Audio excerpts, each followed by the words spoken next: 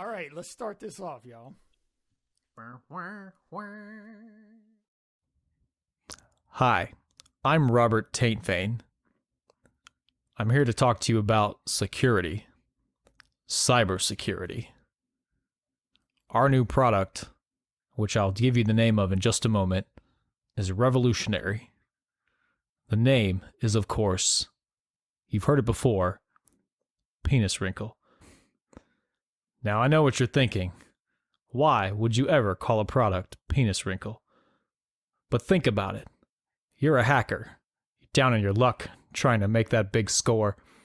You're in the mainframe, almost ready to penetrate the vault. And then there you see it. A Mark II penis wrinkle staring you right in the face.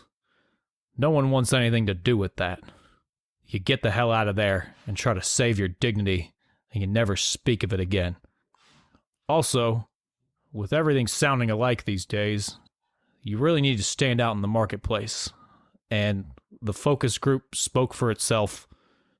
Penis wrinkle was the most memorable, the most effective, and the most distinct. So get out there, sign up today, lock down your credentials and your family histories and all that other shit. Get a penis wrinkle today. God bless America. Welcome to the Broke Otaku podcast. I'm your host, AJ. With me is Marcus, a.k.a. Ombudsman.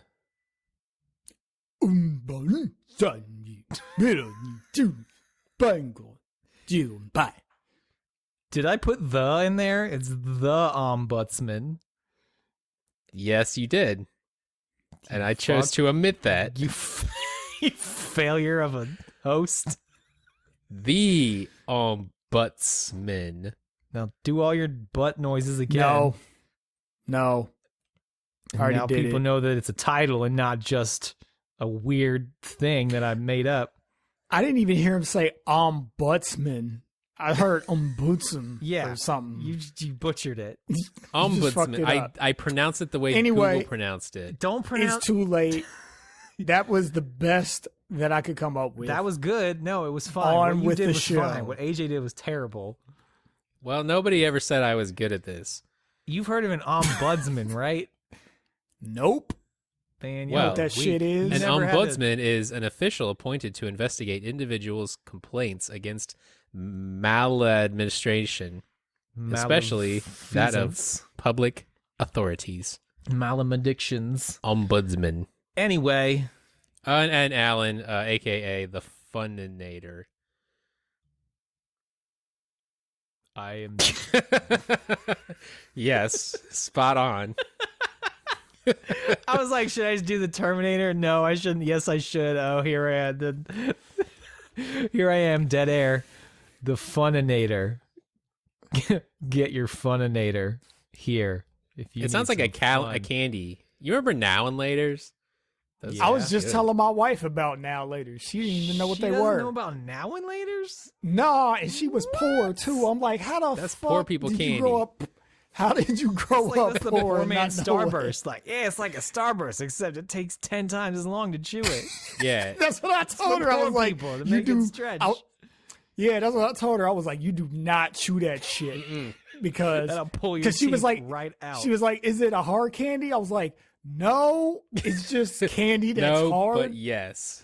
It's supposed to be taffy, but it's really fucking dense. So if you bite it, your teeth are gonna be Your stuck teeth are together, stuck, yeah. and you might pull a loose tooth out.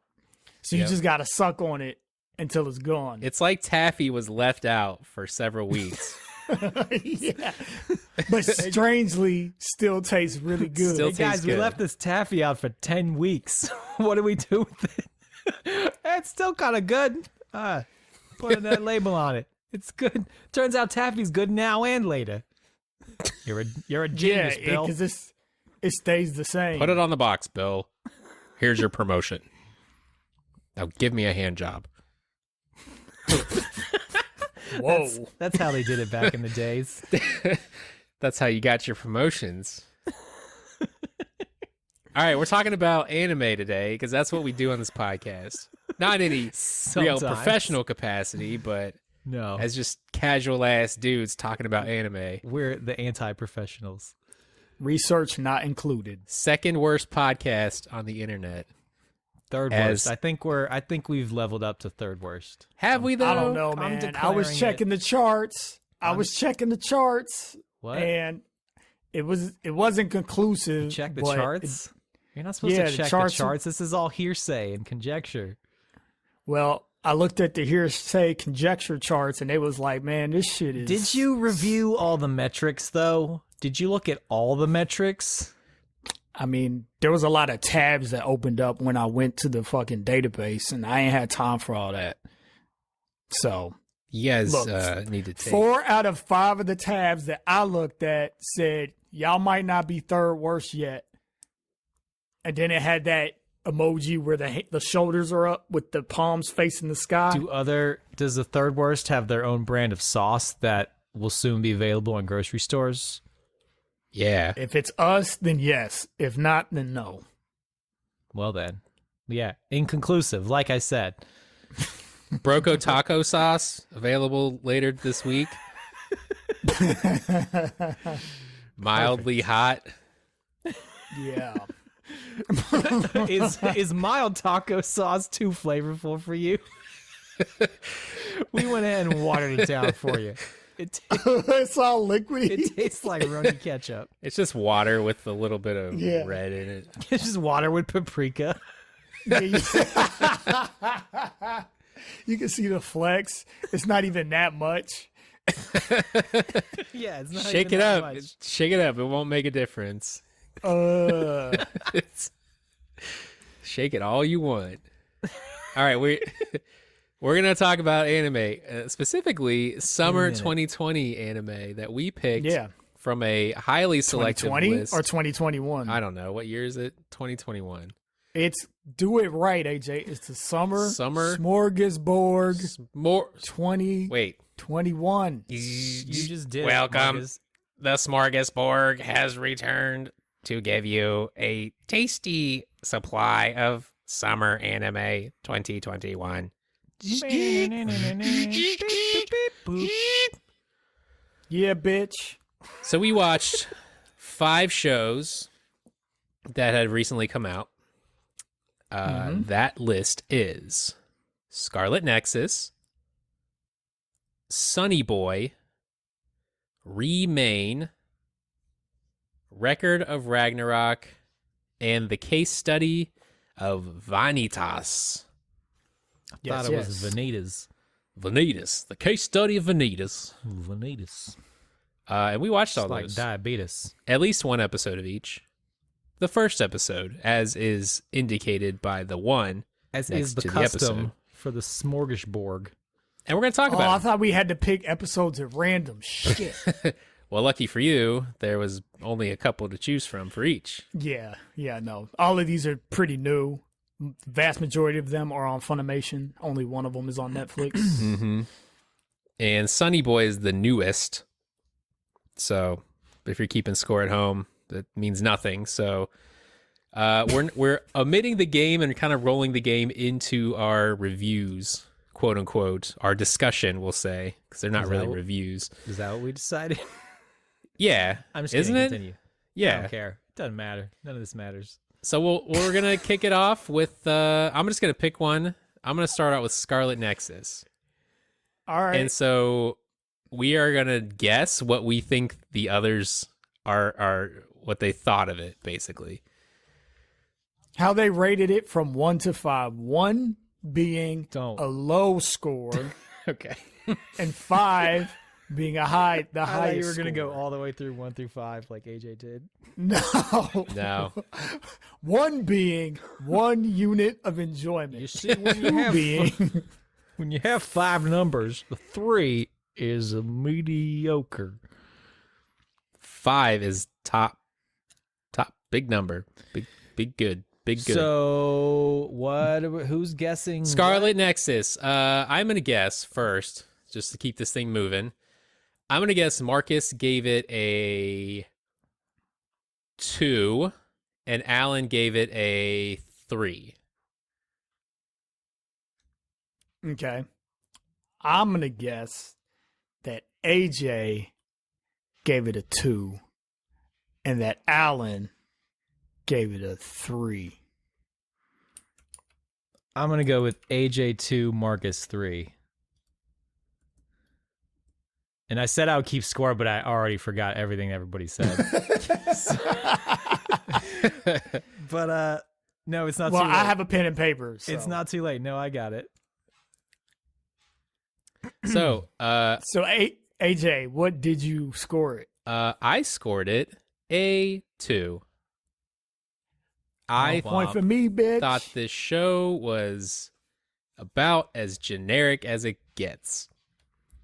It is clearly an anime that was designed to sell a video game.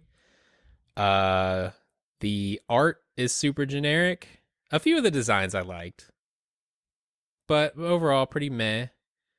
The biggest thing that I hated about it was that, like, even the show realized that there's no reason to watch it, because at the very end of the episode, they tacked on this cliffhanger of this shot of, like, this who's supposed to be the big bad for the series, and they're like, oh, all these kids are gonna go fight, what was that shitty name for their enemies? The Others.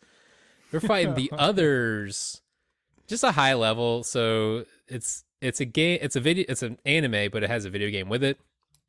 It follows two characters, Yuito and Nagi is his friend, and they have psionic powers, except Yuito has a low psionic score.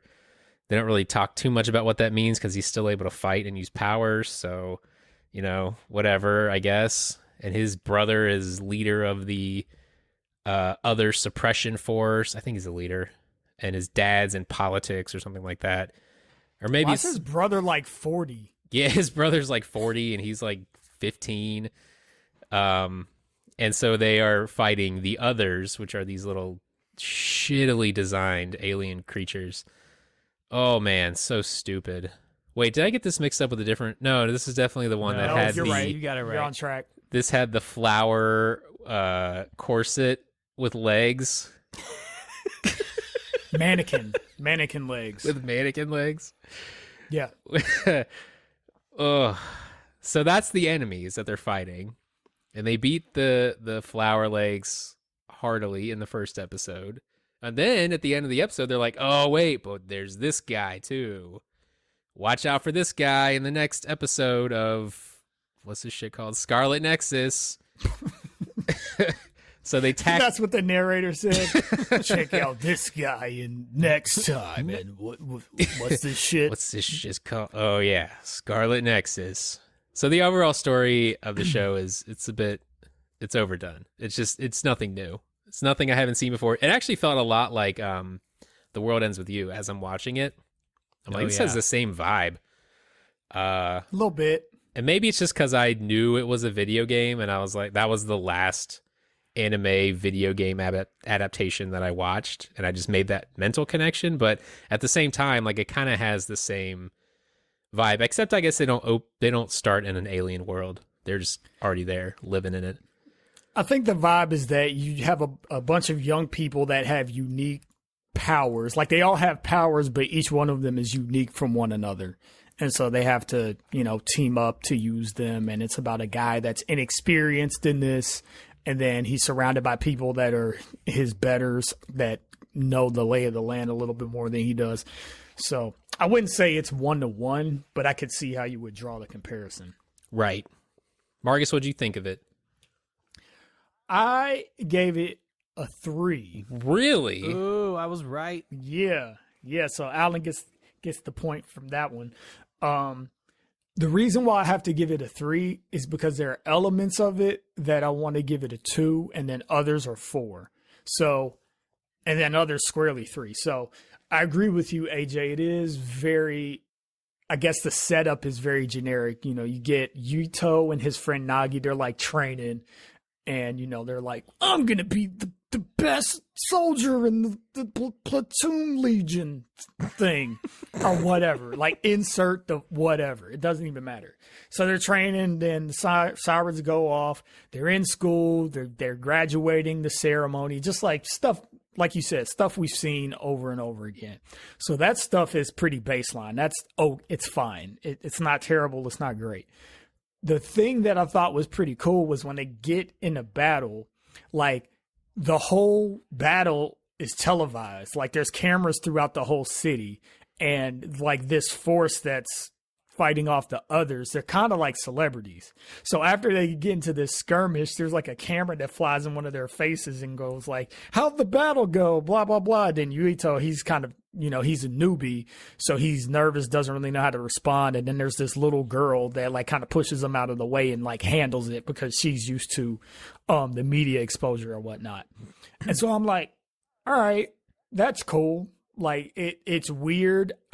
Part of me doesn't like it because it's like, if this is such a threat and people are dying, why would you televise it like this and treat it so lightly? But on the other hand, it's intriguing. It's probably the only thing in the show that perked my interest to be like, I want to know a little bit more about this world and like why things are the way they are. The invasion of the others will be televised. Yeah, the parts that I didn't like are, like you said, the designs of the monsters. It's like, what the fuck are these things? They're terrible.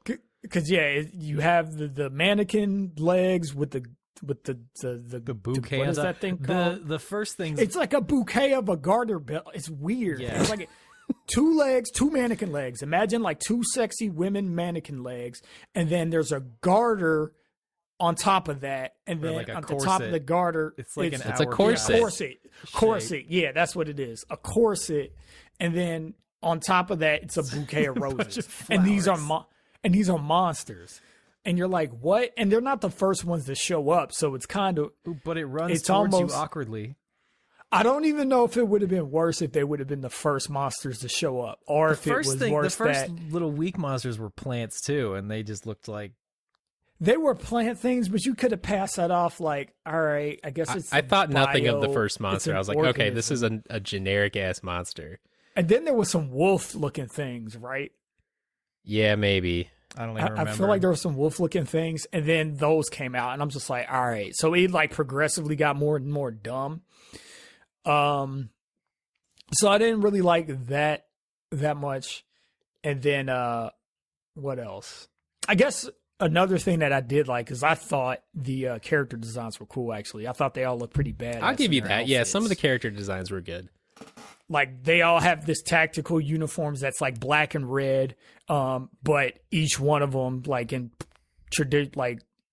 quintessential anime style, has, like, a different flavor depending on the character. There's, like, this one chick where you can't see any of her. She has, like, a hood on, and she just looks dope. And then there's this little girl that has, like, bunny ears for no reason on her costume. I didn't think that one was dope, but that's the sort of thing that you're dealing with. But I liked how a lot of those things looked. And like the guy's sword that he uses, he just has psychokinesis. Like his sword is really cool. So that's really all he needs to have, a weapon, because he can't shoot anything from his hand or do. Is that what they mean by his low psionic score? Maybe. I'm not sure. I thought the one with the low psionics was the one who did the wind. The wind ability. No, it was the main guy with the sword. Because he's a celebrity because of who his father is. Right. You're right. And he did pretty well in school as well. So they were talking about, it's a shame that his psionic score is so low because he actually has a lot of potential. Poor guy. But yeah. But anyways, that's what I got. It was yeah, for some, I don't know. I was thinking I gave this a 4, but it's more like a 3 until after AJ reminded me of all the goofiness. But I must have been another point. I must have been in the right mood for this. So yeah, let's say I gave it a 3. I like the designs. They're kind of generic, but they're like neat in a generic way. They're like it's like 80-20, I feel like. And I thought they've just been recruited into like whatever the the fighting organization is. They're new recruits. Like the part of the first episode is like them is the ceremony. They get announced on like the evening news or whatever. And then they have to go fight, and then like the vets or the veterans are like, don't get cocky and all that. So I thought that was kind of cool. They kind of set it up to where like the newbies are careless, and maybe one of them ends up dying or something, and the other one learns to be more careful. Like I thought there was room for development there.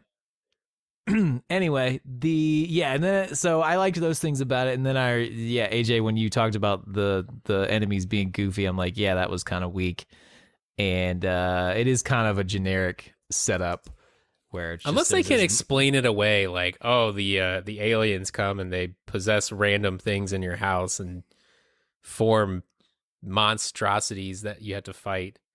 At least then I would give it sort of a pass, because then it's like, oh, okay, yeah, I see where you're coming from.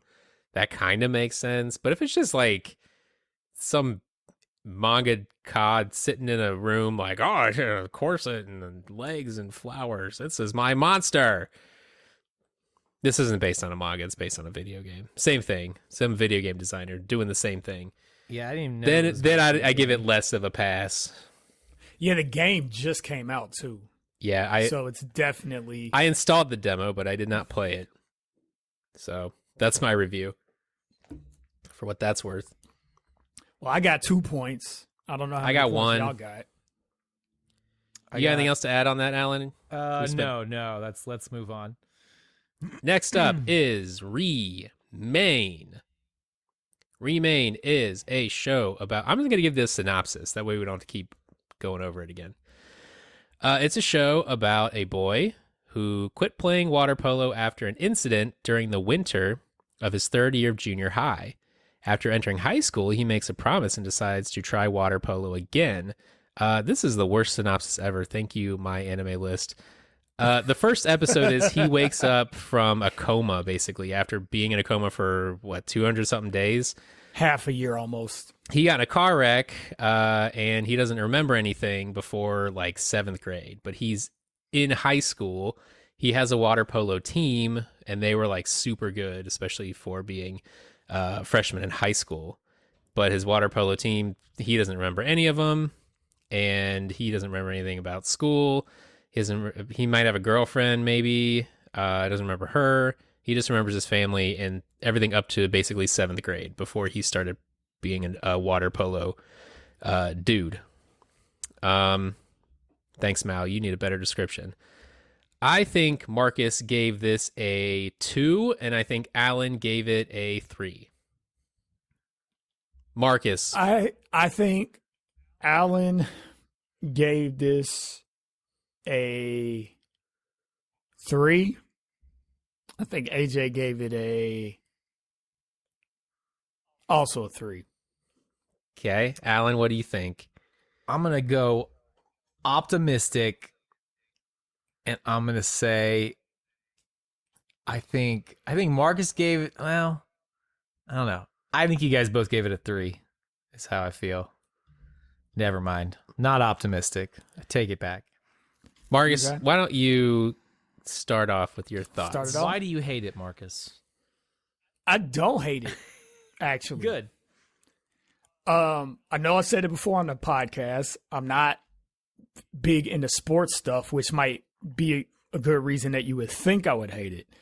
Wasn't excited to watch it, but I was won over instantly by the main character's just good nature.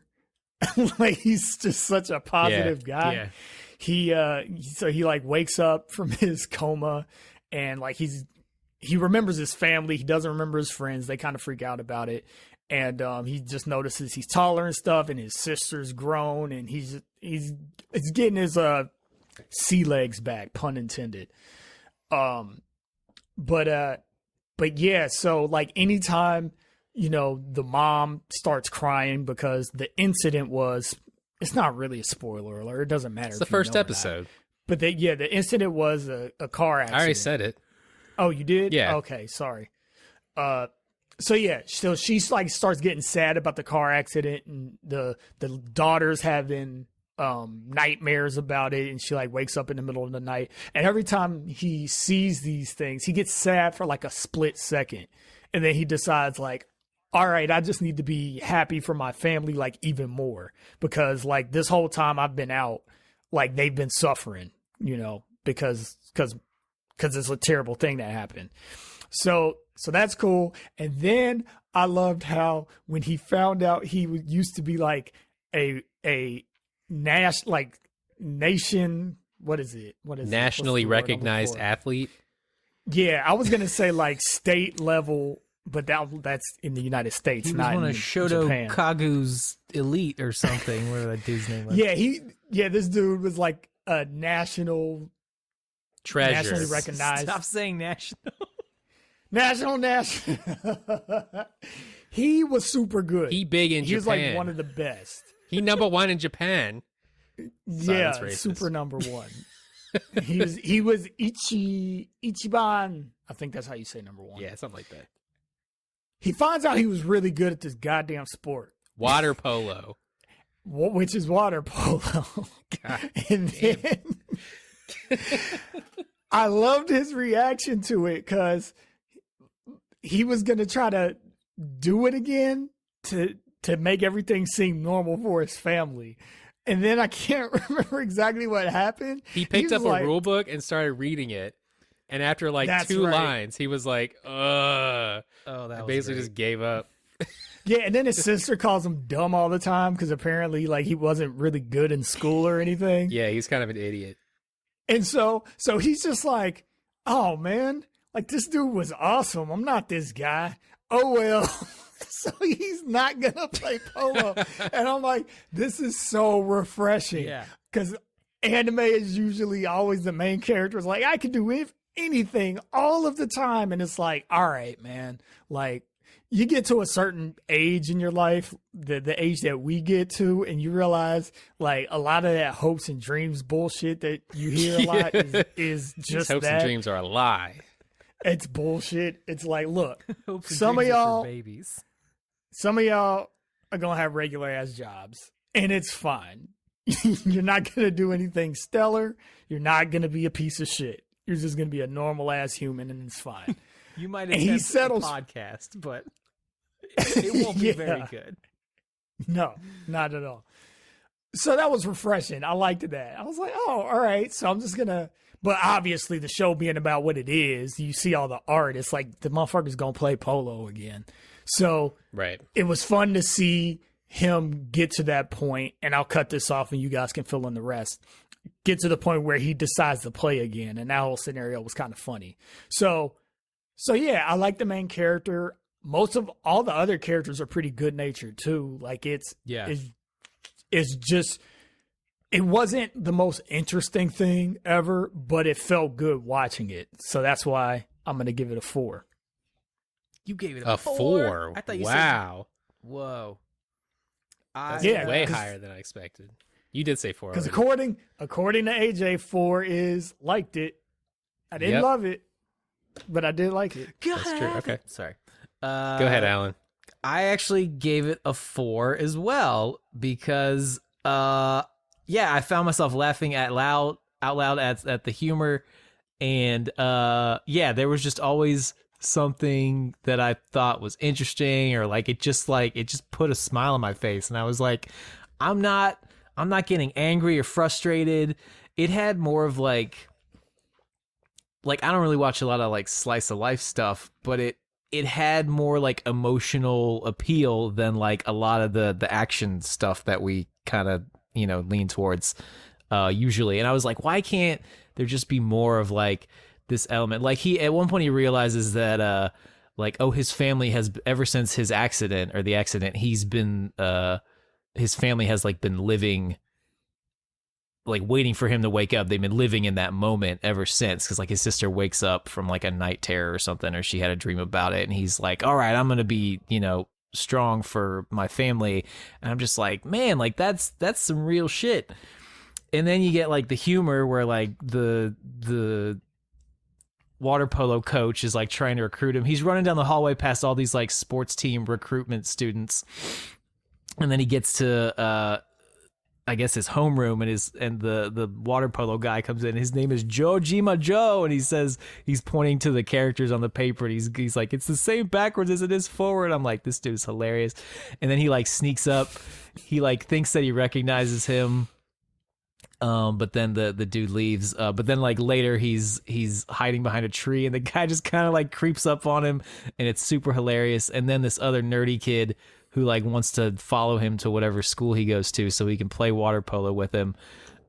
He pops up while the Jojima Joe coach is chasing him, and I don't remember the main character's name, but he's just like, ambush, and then they have the two people chasing him have this moment. And they're like, we're going to get him to play. And they're like, yeah, high five. And it was just this goofy, hilarious thing that happened. And yeah, I was really entertained by the show. And it was, like Marcus said, it was refreshing. So yeah, I give it a 4. Boy. 4. Jojima Joe was the best thing about that episode. He was great. Once he hit the scene, everything after that, he was there. It was funny, and I laughed. I don't usually like laugh out loud at anime. Yeah. But that was funny stuff. That being said, the animation's really good. Studio Mappa, they don't sleep. They just make anime all the time.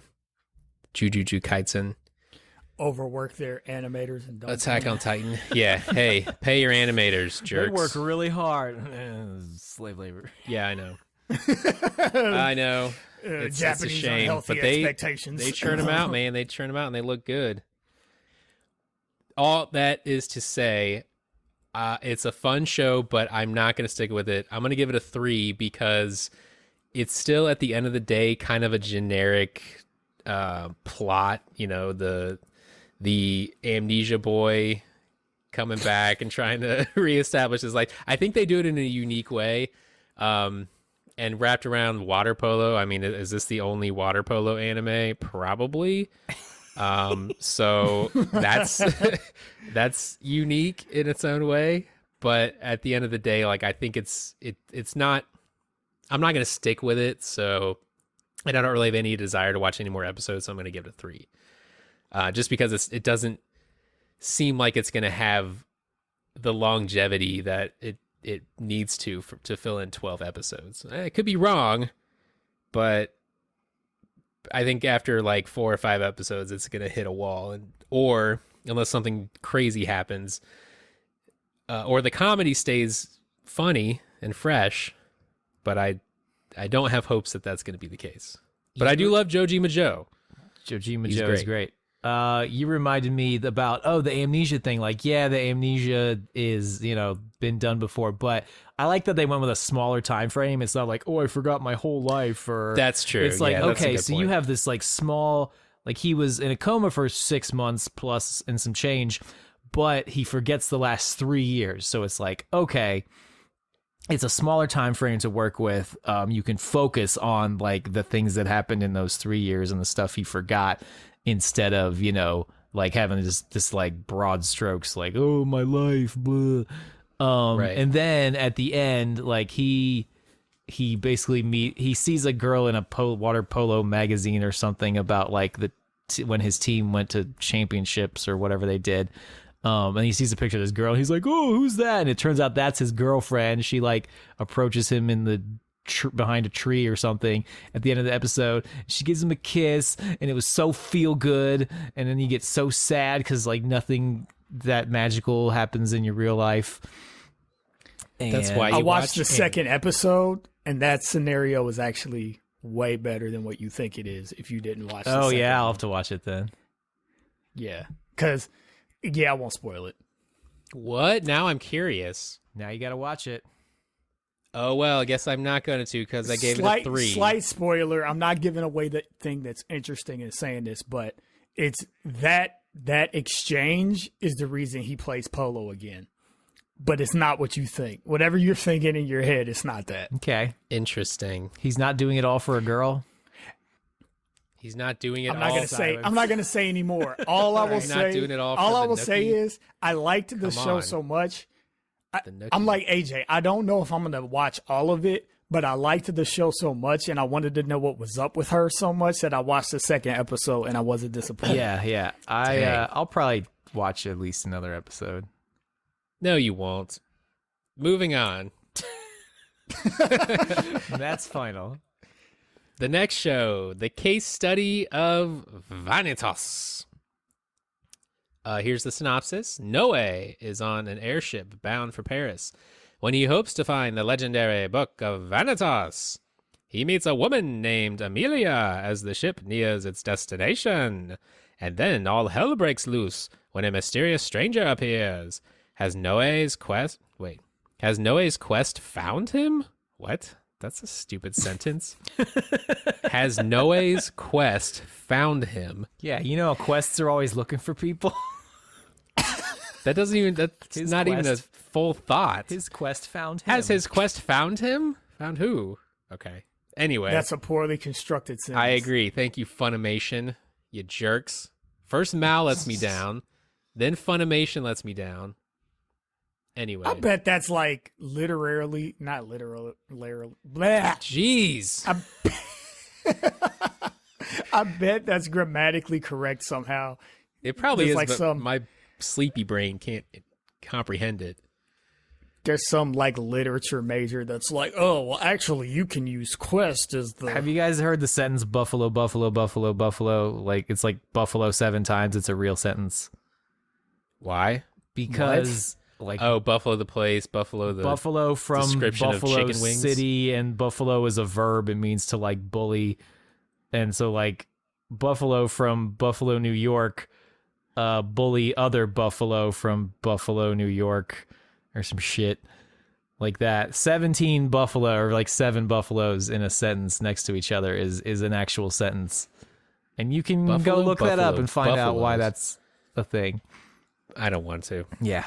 That sounds asinine. All right, I'm going to give you guys, I'm going to say Case of Vanitas. I'm going to say Marcus gave this a 4. I'm going to say Alan gave this a 3. And I guess that's it. And there's only 2 of us. I'm gonna say Alan 4, AJ 3. I'm going to say AJ 3, Marcus 4. Okay. Alan, why don't you kick it off, because you haven't kicked it off yet. Yep. I'm going to go ahead and give this show a 5 because I really enjoyed it. Ooh. Yeah, I was waiting for it to not be good, and by the end of it, I was like, this is what a first episode should be. So let me look at my notes, which I have. Actually, all the stuff. Okay, no, I laid out, I wrote down some things that were funny. So, like, it opens up with the backstory, and he's like, this vampire cursed all the other vampires, and then this, like, little kid voice is like, yeah, I'm gonna curse you. So, like, the first 2 minutes, I was laughing at it, but, they laid out the hooks with, like, the vampire of the blue moon versus the vampires of the red moon, and, like, through the whole first episode, you're not really sure who's the good guy and who's the bad guy, and they kind of give people backstories without, like, force feeding it or, like, having, you know, like a big lore dump. And then there's, like, some action, and there's a little bit of mystery with the eyes, like there's the vampires of the red moon, like, which presumably have red eyes, or some people in the show have red eyes. And then there's the Vanitas is the vampire of the blue moon. So he's got blue eyes. And then this other guy, Noe, has purple eyes, and he, you know, supposedly he can't look at the moon, or it's supposed to hurt him or something. They have like a little flashback where his, like, I don't know, mentor or somebody is like, oh, most vampires are disgusted by the sight of the blue moon. And he's like, oh, I think it's beautiful. And he's got purple eyes. So I'm like, oh, why does he have purple eyes? Is he some kind of, like, hybrid thing? So, like, they laid out all these hooks, and it just, yeah, it it felt good. I was like, oh, I could keep watching this to find out what happens. I'm curious, but I'm not like not in a bad way. Where like, oh, I have all these questions that aren't answered. Is like they gave me enough info to make me curious and want to know more. So yeah, and the setting was cool. Like the big scene of the airship. It's like I'm terrible with history, but like old European like kind of style. And then there's airships, and like they didn't computer animate the airship. It was just like a big detailed drawing that kind of floated around on the screen. And I was like, good for you. The word you're looking for is Victorian era. Yeah, that's what I meant. I knew that. So yeah, that the art was good, and yeah, I enjoyed it. So there. I enjoyed it too. I didn't love it because as I was watching it, I kind of had a love-hate thing going on. Because I came off of... Actually, all these shows, I kind of went into expecting to not like any of them. And this one I went into not expecting to like it, and then I did like it. And then it was going in a direction that I thought I wasn't going to like, so then I didn't like it. And then I started to like it again. So by the end, it was a positive, and I am excited to continue to watch the show. And I'm coming off of playing Symphony of the Night. So this is all like vampires and Victorian era castles and style and shit like that. And it's like, it's hitting all the right notes for me. So it's coming at a right time, butting up against playing that game with vampires and all that stuff. So it's hitting pretty good. It's Studio Bones, so obviously animation's rock solid. The guy who directed Monogatari, which is Tomoyuki Itamura, he directed this. And the author is Jun Mochizuki. I don't know if I'm saying that right. She did Panzora, Hearts, and Crimson Shell, which I've never read or watched any of those, but I've heard they're good. So, yeah.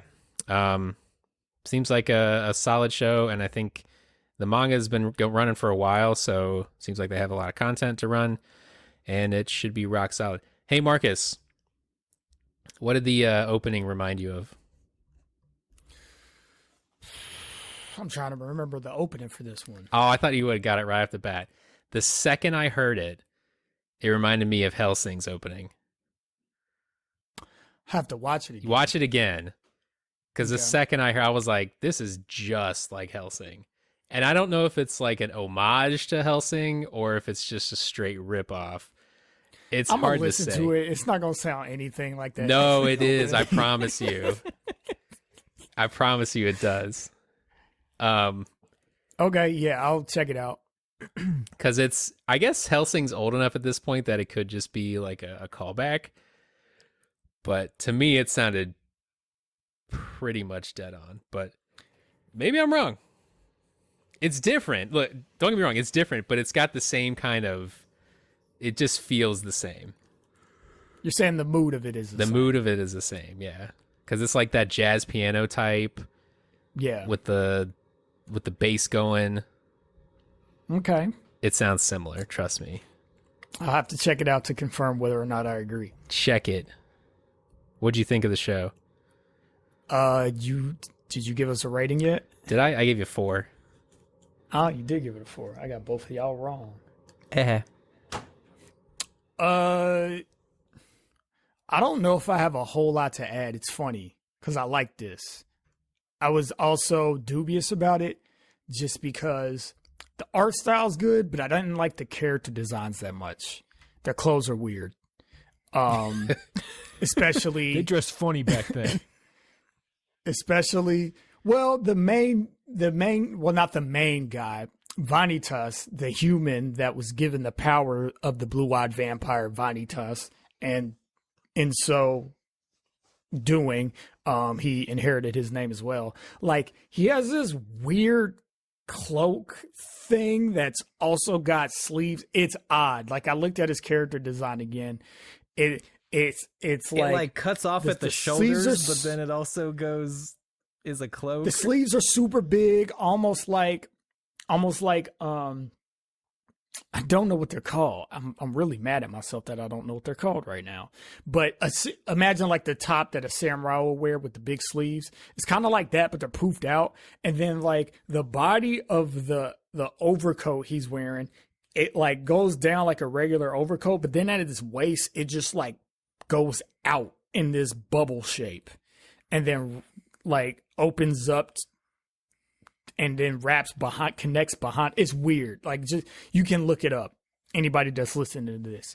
So his coat's weird. I didn't understand it looking at it being animated for a long time. So I had to actually just look at a still of what that was. And then like the main guy, who, spoiler alert, turns out to be the vampire with the purple eyes, Noe Archivista, or however you say that. Like, he just has a white top hat, and he just looks like a dandy boy, you know? So it's like, it's not like he looks cool to me. Like, it's a fine design, but it doesn't look like anything I'd watch. So I'm like, okay. And the character style looks like it's just going to be straight up comedy show, and it's called the Case Study of Vanitas. So I'm just thinking it's going to be this guy, you know, hunting for clues and being intellectual and just talking to people and getting in awkward situations. But like you were saying, it is more of a mystery. There's this book that Vanitas has, and his master told him to get it. And we get like a flashback of him talking to his master. And it's like, okay, well, why does he want this book so much? Because the book was created to by the blue-eyed vampire to kill all the red-eyed vampires, and he's not the blue-eyed guy, so why would he want to kill all the vampires? Because it seems like he's one too. So it's like, it's weird. You're like, well, what's the deal? So that's a cool element. Then the Vanitas guy comes, and it's super cool action, and there's a vampire lady that's like losing her cool. She's trying to keep herself in control and not bite anybody, but then she flips out and can't control it anymore. And then the blue-eyed guy goes and fights her, and you think he's going to kill her. Oh, he doesn't. He saves her. And then, long story short, end of the episode, another spoiler alert if you want to watch it, he's like, I'm going to save all of the vampires. It's like, okay. Yeah. That's a twist. It's a twist. That's cool. So everything that was happening everything that was happening was interesting. It added, every time something happened, there was another interesting question that I cared more to know about. And then that combined with, like, even though I didn't really like the character designs, I think I said it already before, but I liked the art style, and the settings were cool because it's this fantastical Victorian era that's a little more advanced technologically than it was like in the real Victorian era, but the aesthetic is exactly the same. I mean, old airships. You could think it's like the equivalent of steampunk. Like, the steampunk aesthetic comes from a real point in time, but the world just functions differently. So it had that vibe going to it. So I enjoyed it. I gave it a 4. Right on. I forget what I said you were going to say, but it hardly matters. Well, I'm keeping my score. Yeah, it was surprisingly funny too. Like, the humor was there. He like tells him he wants him to be his shield. He's trying to tell him he wants to work together with him. Vanitas is trying to tell Noe to work with him, or trying to get him to. And he's like, don't you want to be my shield and protect me? Yeah. And yeah, anyway, that was funny. And when the girl was creeping it seems out, like they're gonna. When the girl was creeping out from having her name cursed or whatever, like, she's like crying black goo. Like I was like, okay, this is legit. Like, there's a creep factor here. But anyway, I really liked it. Yeah, it does a lot of things, and it does them well. So it'll be interesting to see if it can keep it up. Indeed. Tumas. On to the next. Record of Ragnarok. I'm kicking this one off. AJ, I want to tell you right now that you are going through this list in the exact order that I wrote them. That's good. That's good. It's weird. So I get an extra point because of that. Okay. I think, yeah, I'm gonna say Alan gave this a 2 and Marcus gave this a 1. It's wishful thinking. Marcus. Oh, you want me to kick it off? No, I want you to tell me what you think. Oh, tell the scores. Oh, okay. Yeah, I'm gonna kick it off. AJ 1, Alan 2. Why are you guys okay? I'm gonna say AJ 1, Marcus 1. All right, I'm gonna kick this off. All right, let's have it. Convince me that this show's not Dragon Ball. I'm talking Dragon Ball Z filler arc, Frieza saga, standing around, charging up. Okay, so here's how it went down. Here's the background first. Record of Ragnarok. The Greek gods have gotten together and decided that they want to kill all the humans. This Valkyrie. It's not just Greek gods, AJ. Don't be Eurocentric. What? Oh, okay. It's mostly Greek gods. There's some other ones represented too. Mostly Greek gods plus some other ones. No Christian god though. He didn't show up. He has better things to do. He busy. They're getting ready to kill all the humans because they suck. And the Valkyrie comes and she's like, "No, wait. Let's invoke this record of Ragnarok thing." Or I guess it's just called Ragnarok. Let's invoke Ragnarok, which in this universe is a tournament where 7 humans fight 7 gods, and then if the humans win, they get to live another 1,000 years. So that's the first half of episode 1, is just establishing that. So they get into it pretty quick, and I'm like, okay, cool. So the second half of episode 1 is them setting up the team and the tournament and the first battle. So the first battle is Thor, and he is not like the Thor that you're thinking. He looks completely different. He's got a giant hammer that's literally as big as him. And he's fighting, who was it again? Lu Bu, the ancient Chinese warrior. So I'm like, okay. And I'm into that. So did I mention what the studio was? This is Studio Graphinica. They did Hellsing Ultimate, SSSS Gridman, and a few others. Just wanted to throw that out there. I thought Trigger did Gridman. Maybe they had a hand in it. Who knows? You're right. Studio Trigger did do Gridman. Maybe my Google search was wrong. Do your research, AJ. I Googled it myself. You smooth brain fuck. So, anyway. Western bitch. Okay. It took a super long time to get into, right? Well, actually, they got into it quick, but then they just, the pacing stopped. So I watched the first episode, and I was like, okay, it's going to be Thor versus Lu Bu. I got to see how this plays out. So I started to watch episode 2. So did I. Yeah, I got to see where this goes. I did too. Because, it's the perfect premise in a lot of ways. And there's no reason it shouldn't be a good fight between Thor with a giant hammer and Lu Bu, right? Well, they failed because they don't fight. They stand there.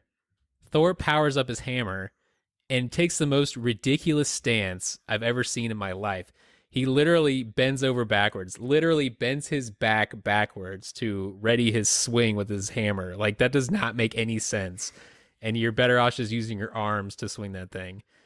So they stand there, they power up, and then before he even swings his hammer, it flashes back to an even more poorly animated cutscene of Asgard and Thor and something else happening. I don't know. I skipped ahead. It was like 10 minutes into episode 2, and literally nothing has happened. So then Thor swings his hammer. You've got Aphrodite, which is just the biggest, most ridiculous. I don't even know. It's fan service, but like it's not even fan service. It's just like, what is even going on here? Because her chest bags fly up after Thor swings his hammer. And for like 3 minutes, it cuts to every reaction in the crowd from every god, from every bystander, from every character that has had any kind of screen time in the show so far. This is Dragon Ball. They charge up, they swing, get reactions, the dust settles, and then in this case, Lu Bu had cut him while he was swinging. So I'm like, okay, they've established that each one has the ability to attack the other. So now they're going to fight, right? It's episode 3 at this point. So now they're going to fight. But they don't actually fight. I think between the two of them, they maybe exchange like 1 or 2 blows. And it's not animated at all. It's just like, here's a cardboard cutout that I'm moving across the screen. This is my animation. Or it has like legs that are moving like Roadrunner style. Like it's bad. It's very bad. So I keep skipping ahead to see like, okay, is there ever going to be a point where they're animating a fight and showing anything happen? And they just don't. It just doesn't happen. So let me rant about slow motion for a bit. Because slow motion only works if it's used like selectively to emphasize something happening that is significantly more important than everything else that happened before it, and to really focus the attention of the person who's watching it on this thing that's happening. If everything's in slow motion, then it doesn't serve a purpose. You're just slowly moving your show. So this show is slowly moving the entire time because everything's slow motion and it doesn't make any sense. And when you spend 4 episodes fighting and you only exchange 3 or 4 blows, it's not fighting. You're just filling airtime. So episode 4 starts, and they swing the hammer, and Jubu blocks it.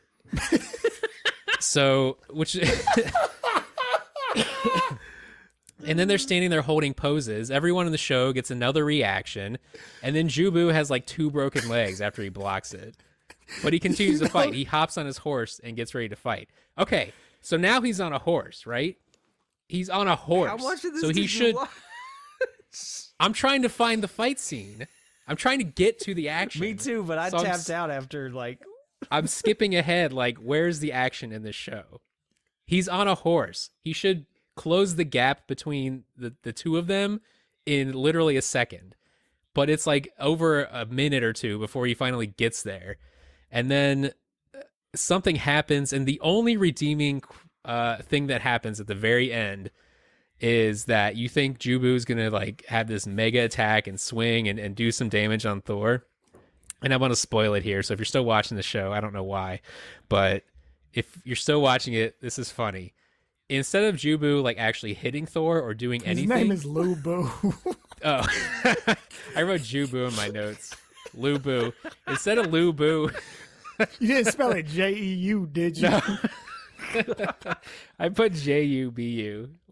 Okay. Instead of Lubu cutting Thor, he gets his whole head and arms just whacked off by the hammer. Like clean cut with the hammer. And then he's just running on the back of his horse with no arms and no head. And that's how the fight ends. Cut to the next fight, which takes forever to get into. And you've got Zeus who shows up, and Zeus is just Master Roshi. He's this little skinny old dude, and then he buffs up and bulks out just like Master Roshi. So this show is just Dragon Ball. And it's actually not even good Dragon Ball. It's just bad Dragon Ball. It's the worst parts of Dragon Ball. So I don't recommend it. This show sucks. And your rating? And it doesn't even end with season 1. You get to like the 4th fight by the end of season 1, and it doesn't happen. One more thing. There is a scene when Zeus shows up, and this violinist come out, and I don't think he has a name, but he's playing a Bach piece or something. And I don't think any of us likes the mix of CG and traditional animation, but they animated this violinist with CG, and he's like animated like a true violinist would be if he's standing, like moving around and everything. He's got full range of motion. They put more budget into this dude playing a violin than they did in the entire first 4 episodes of this fight between Thor and Lu Ju-Bu. And before you go into like, oh, they had to give backstory for the history of these 2 characters. You don't need to give backstory for 2 historical characters that exist that have backstory already. If you want to know the backstory, go to Wikipedia and read it. You don't have to get it from this show because it doesn't matter. You already know that Thor's a god with a hammer, and you know that Lu Ju-Bu is some awesome warrior from back in China times. So, like, China times doesn't make sense. Back in China times. So it doesn't, you don't care. If you want to know the history, go look it up. For this show, it should just be them fighting, and that's all that matters. Okay, I'm done. Your rating? 1. A hard 1. Yeah, I got that point, son. Terrible. Can I go next? Yeah, go for it. So yeah, I was extremely frustrated with this show because they just kept. It's just like Blue Balls, the show. Like they never get there. They keep building up to this moment that never fucking happens. And the moment I realized that this was a bullshit show was when they do the whole hype announcer guy like, here he comes, the god of thunder, Thor, and then they do that for both sides, and then they do it again. He did it like they do it again. Yeah, they're both there, and the fight has started, and the guy just goes into another like hype spiel, and I'm just like, what the fuck are you doing? So like, yeah, end of episode 1 comes, and I'm like, okay, the fight's gonna start in the next episode, and boy was I disappointed. And like, I didn't even know who Lu Bu was. I was like, and then they name like 3 other of the mortal combatants, and they're all like Chinese generals, and I'm like, is this like a Chinese like history thing happening? And they're just like trying to like like big up the Chinese history. It is Chinese history, Moth. Yeah, okay, sure, why not? That's not true. Everything has a month now, so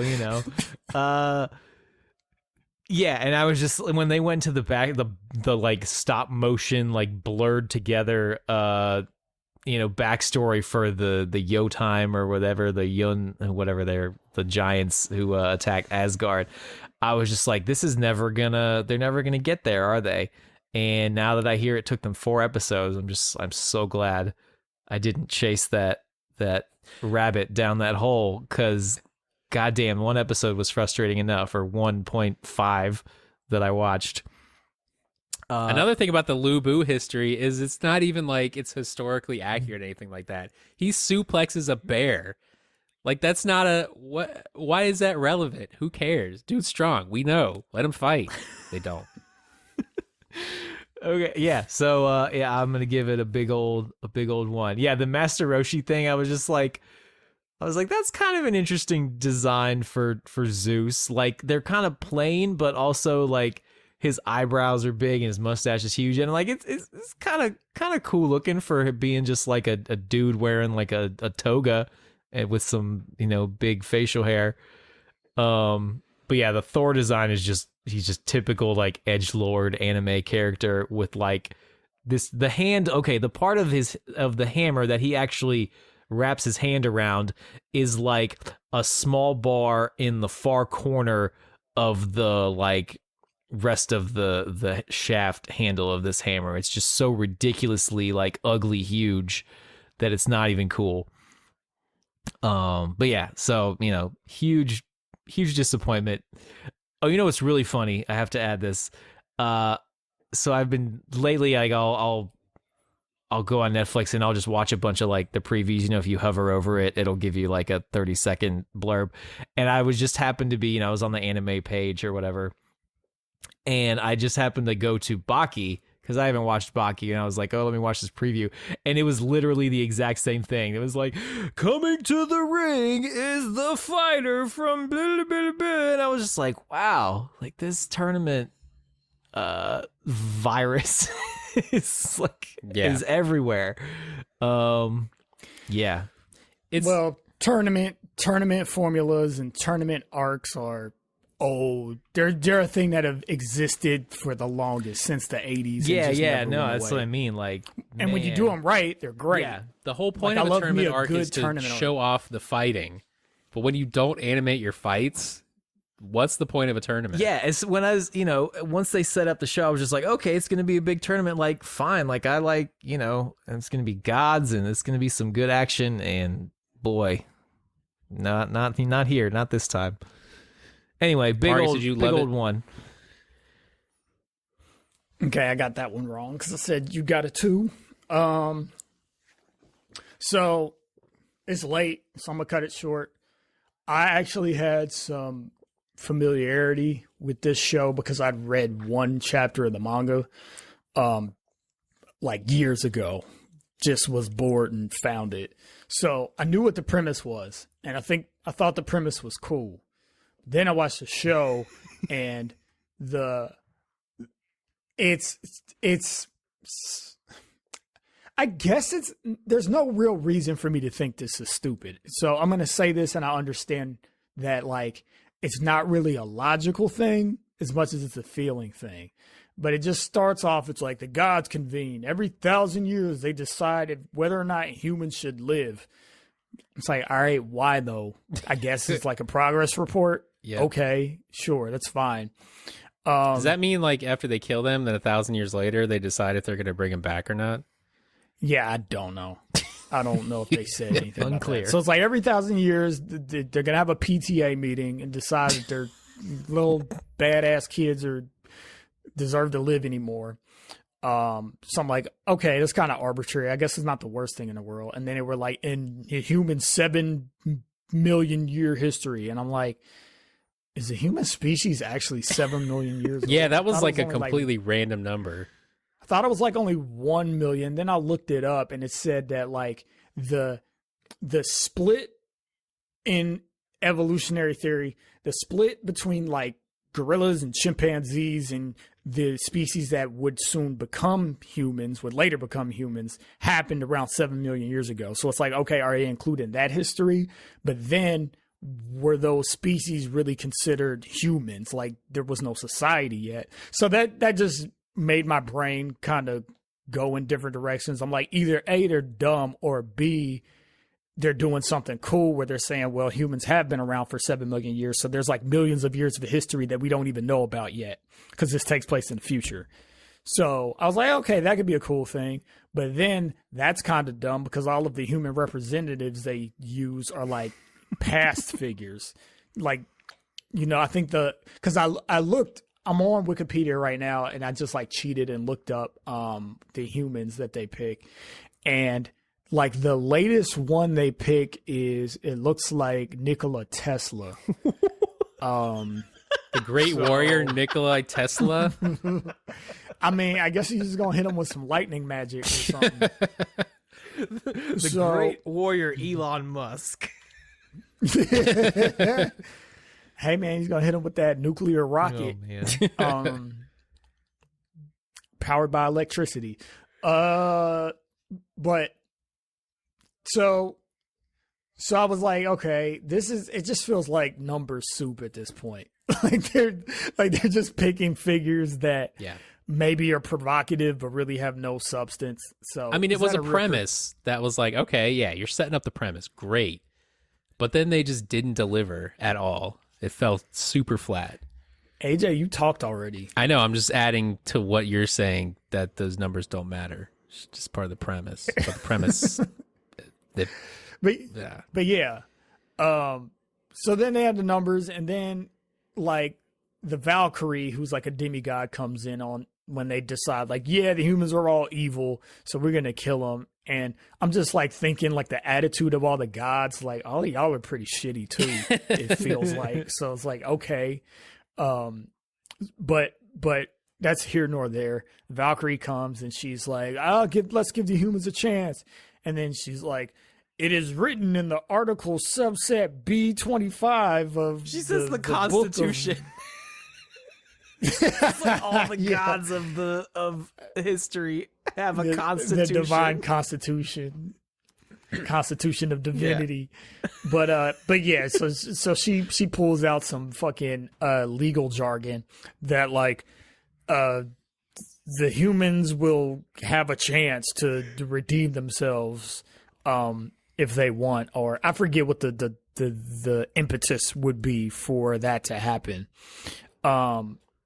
But yeah, battle 13 humans versus 13 gods. Like we can do that, and then they can fight for their ability to stay around. And then the gods are like, man, we wrote that in there as a joke. And I'm like, this is just dumb. Everything that everyone is saying is stupid. Like I haven't thought anything was cool yet. And then she does the whole like, oh, like her personality just changes night and day. Like up until this point, the Valkyrie's been super stoic, and now she gets all like, super sarcastic and says like, oh well, you gods must be scared. And it's like, and then all of a sudden they all fall for it. So I'm like, all right, this show is just filled with children. Yeah. And true. then the opening happens, which the best part of the show, Maximum the Hormone did the opening. Okay. They're awesome. So I love that. And then it fast forwards to everything that you guys have already mentioned, and I'm not going to recount that stuff. Because I feel pretty much the same as you guys about that. I'm surprised I wasn't quite as filled with hate as you guys were, even though I did think it was pretty bad. So I gave it a 2. Dang. But yeah, it's not very good. It's terrible. Don't waste your time. All right, time to bring it home. Sonny Boy. What do you got for me? I'm reading the synopsis of Sonny Boy, so you don't need to recap it in the interest of time. I didn't have it ready. I'm pulling it up. It's a high school. It's in another dimension. We don't know why. They're just there. Midway through summer vacation, 36 students, some with newfound superpowers, find themselves all alone in their high school, adrift in a black void. Unable to contact the outside world, some students try to impose order. Others are faced with opposition. So, Marcus, you want to kick this one off? Sure. You So do scores. Oh, yeah. yeah, we should do scores first. You're right. Marcus, I think you're going to give this a 4. Alan, I think you're going to give it a 5.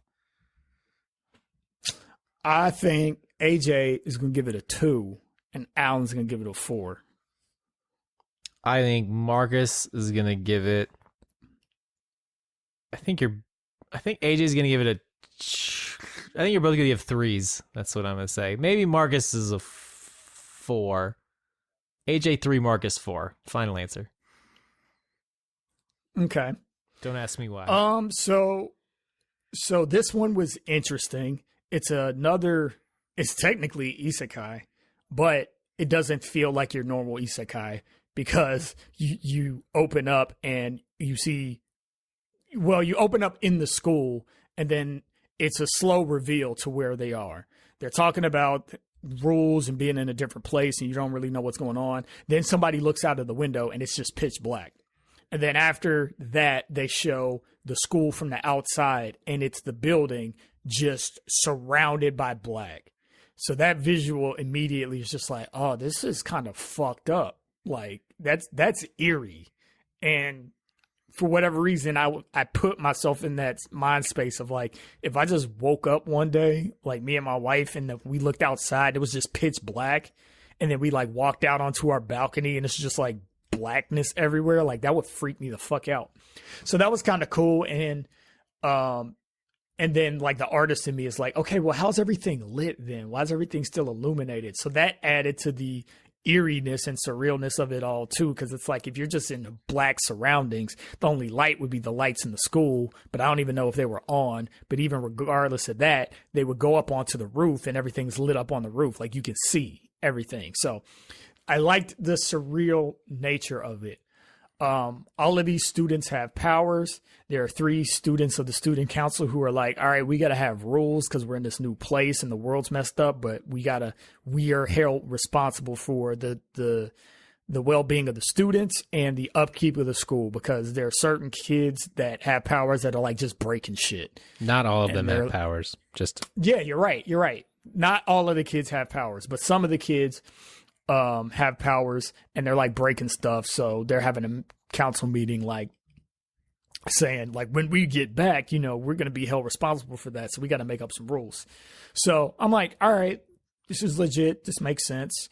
And then you see their powers manifest and they're weird. Like there's like the one kid, he can just break things by thinking. There's another kid who he can penalize people. He's a part of the student council. He can point at people and he shouts penalty in Japanese. Well, in English if you're watching it dubbed. I don't know if dubs are available yet. Nope. But they get a black X over their face, and it fades slowly and gradually. But until it fades, they have to do whatever the will of the person that cast the penalty on them is. So he makes them do things like do long division and like just weird shit like that, crunches, run laps, things like that. So I'm like, man, this is weird. I like it. I don't really know where it's going, but I like it.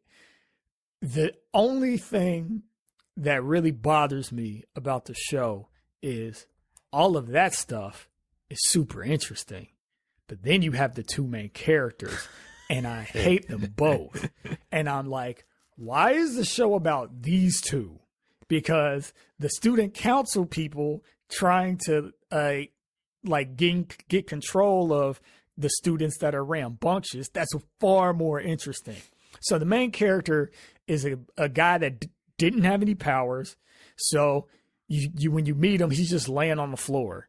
And he's just your super stereotypical, like, just, I don't want to say emo, but just dry, like, no feeling character. Malaise. Like, he always talks monotone.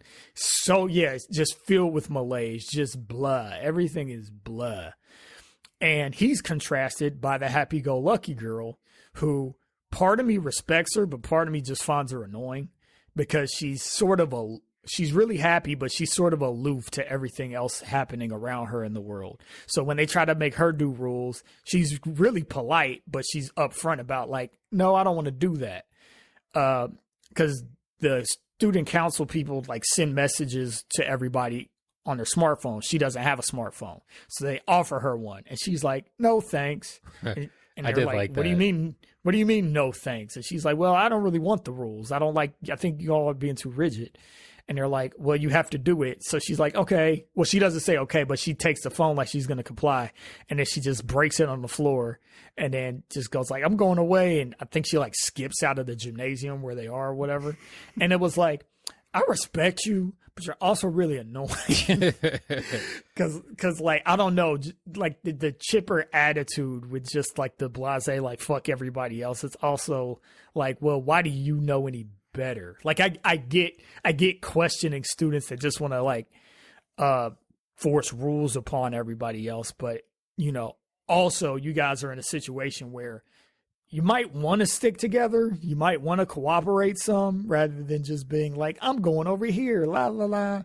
And then they do a flashback where her and the main character meet and she's like up on the top of the school just like ripping a book apart and throwing the paper. And she's like, it's fun. And he's like, all right. And then he's about to leave. And she's like, you're just like everybody else. Why are you running away from me, Hans? It's like, oh, you're one of those characters. So that kind of put a damper on it for me because it's just, that happens too many times in anime where it's like, man, I could almost really like this. But the people they're going to make me spend the most time with are the people I want to spend the least time with. And that's a real pet peeve of mine. And that's part like our discussion of Gundam last time. It's like you're spending time on the people that I like the least and the component of the story that I care the least about. And it's kind of ruining it a little bit, even though everything around it happening is pretty awesome.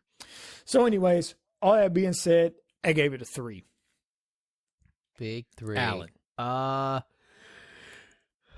You know, I enjoyed the show when I watched it. Yeah, I was intrigued by But then like, I thought I'm about trying to it. remember things about it as you're like going through it, and I'm like, nothing was really super memorable. The guy who was giving out all the penalties got a penalty put on him, twist, where so it wasn't actually his power, it was just like something in this world where where if you break the rules, someone can assign you a penalty. And his penalty is he strips naked and then starts like frog hopping around in front of like all these other students who like just appeared suddenly, who we didn't really know were there. And at some point the school like gets all twisted up and like, you know, MC Escher style, and like, you know, everything bends into everything else. Like people are walking upside down and stuff like that. And That was one of the rebellious students' power. Okay, all right. When they decided, because there was a group that was going to take over the school from the student council because they were tired of getting penalties all the time. Okay. So yeah, there's this there's the conflict between those two, but yeah, there was they did the thing. This isn't exactly what they said, but like it's like there's a sudden shift to like really like philosophical stuff. It's like, oh, why don't you want to follow the rules? It's just like, isn't that the downfall of many a society? Is an over or a ruling body or something? It's like that's not exactly what was said, but it's just stuff like that where she like gets all philosophical out of nowhere, and it's not really like doesn't really pertain to what's happening. And yeah, the main character was dull. I am curious to see what happens next, like what exactly is going on, because they did do some they did jump out to the outside world at one point, I think. Well, it's another alternate version. It's another layer. It's not the real world. Yeah, it's another layer of the world revealed. Okay. But not. Yeah, so the happy-go-lucky girl, girl's like, fuck all y'all. And then she just runs, starts sprinting, and she jumps off the end of the school into the darkness. And Boring kid grabs her her to try to save her, but they both fall off anyway. Yeah. And then when the first episode ends with like they're in an ocean that apparently, you know, is revealed, and now they're in this ocean or this body of water that is around the school, and I guess everyone can see it now that they jumped through it. I don't know. That's what it seems like, yeah. Because they look back at the school and all of the students are there looking at them like they did something. And then the psycho student council guy, he's all like, you can't ever leave. I don't know if he says that out loud or if he thinks the Starface kid? Yeah. Yeah. Oh, yeah. Why does his mouth look like a freaking turtle beak? Because he's supposed to be creepy. Okay. Yeah, I honestly forgot about that kid until this point. I was thinking about, baseball. He was like the main. I was thinking about. He's not really an antagonist, but I guess he's the antagonist. Yeah, that's what I'm saying. Like, I forgot so much stuff about this already. Like, it was interesting stuff happening, but like nothing really, really stood out. It was a mix. It's very dry show. Yeah, it's just a mix of like intrigue and confusion. So yeah, I'd probably give it a 3. I'm going to give it a 3 as well. I think the show has a lot of interesting ideas. I like the portrayal of the powers, how they kind of break the screen from the viewer's perspective. That was pretty cool. The art style is good enough to watch. I think it's better than most shows. I like the way it looks. I think there's something going on with Star Kid. I don't know what yet, though, but I think he's got some powers There's definitely something going on. Yeah, he's got some powers that he's not letting on. I think this show is interesting because it has those questions in it that you can ask, like what's going on with this world? What's going on with this kid? What's going on with the penalty power? Who has control of that? Who has control of these other powers? What can they do? And I think there's a lot of room to grow. I agree with both of you. The two main characters are the lamest of all. Like, at least give one of them some kind of power, like, just to make it interesting. But they didn't, at least not yet, that we've seen. For some reason, and I think it's the fact that I have a hunch, and I hope it's wrong, that they're going to just start throwing bullshit rules out as the show goes on, and it's just going to make it stupid. And it's throwing me a high-rise invasion vibe in that way, where it's just like, oh, now you can't do this. Now you can't do this. This isn't a thing you can do. I hope it doesn't go that direction, but I almost get that vibe because once they started throwing out penalties all over the place, well, I guess the dude who was given penalties, you would think that was his power, but then he got one, and it's like, okay, so there's something more to this penalty thing. And are they just making it up as they go? Yeah. That's my only concern with the show. If it doesn't go that route and it just has a bunch of weird stuff happening, like I'm okay with that. But if they start just throwing out bullshit rules, I'm done. But that being said, I think there's a lot of interesting aspects of the show, and I think it's going to be worth continuing to watch just to kind of see where it heads. So I will give it a 3 for now, in the hopes that it will be at least a 4 after a few episodes. So yeah, That's it. and that does it for this 2021 summer edition of the Smorgas-Borg. Bleep, Thank blurp, you, zeep, nerd. zoop, Beep, beep, beep, beep. and Go eat watch nay. the Case Study of Vanitas Yes. and see if it It's a stays good. time. Don't watch Record of Ragnarok. It's terrible. Ugh, Can't emphasize that enough. big poops. And it's the only one you can watch all of right now. You can watch it all. Ain't that And a bitch. don't. All right. Thanks for listening to the Broke Otaku podcast. Check us out on the Twitters at Broke Otaku and at Broke Otaku Cast, where you can tell us why you think we're wrong on our opinions. Tell us why you think we suck. Tell us all these things that we love to hear. It's so good. We're on YouTube too. I post the videos there with the podcast, so you can comment on YouTube too and get other people to like and subscribe and all that stuff, and thumbs up your comment, especially the ones that hate on I'm us. gonna We subscribe love to those. your comment so I can get notifications when you get a comment on your comment. Yeah, man. Hey, Right Stuff sale still going strong. By the time this episode comes out, it'll be almost over. So go buy some anime. While you can. While the getting's good, as they say. And I think that's it. So thanks for listening. We'll catch you on the flipped over side. Flippy floppy. The cool side of the pillow. Bye. Bye-bye. Peace.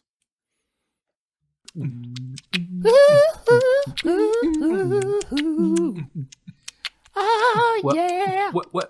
Well.